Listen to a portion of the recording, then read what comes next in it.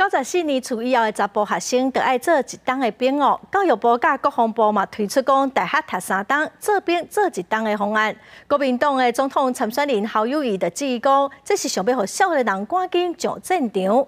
行政院长陈建仁是强调讲，这是一个自由选择的方案，唔通黑白讲哦。另外，针对郭文德提出中科两环服务。陈建仁嘛强调讲，台湾需要甲无共国家合作，毋是甲技能拢放伫共一个篮内底。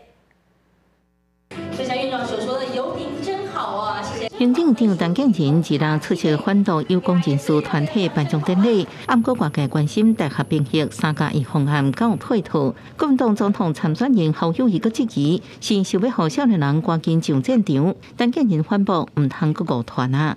让所有的年轻人在所有的大学课程的选择当中，都一个选择的机会，并没有强制，不是每一个人都要这样做，所以请大家不要以讹传讹。这些措施也跟各大学来做过这方面的讨论，完全都是由学生评估之后做了这个选择，我们采取支持的措施。 用化服务基地各加做选举攻防，民众党国民党侯友宜表态支持中科服务。陈建仁表示，台湾需要有更较侪跨国合作，唔是将技能放共一个篮底。很多的国家开始在跟中国谈合作的时候，都开始讨论去风险化。我们需要更多的跨国的合作，而不是把所有的鸡蛋都放在同一个篮子里面。 另外，副总统热情地进前提出补助私立大专校院学生学杂费，引起外界烦恼，来提教育预算。教育部长潘文忠表示，大学公私立学费落差是长期存在问题，教育部已进行细部规划，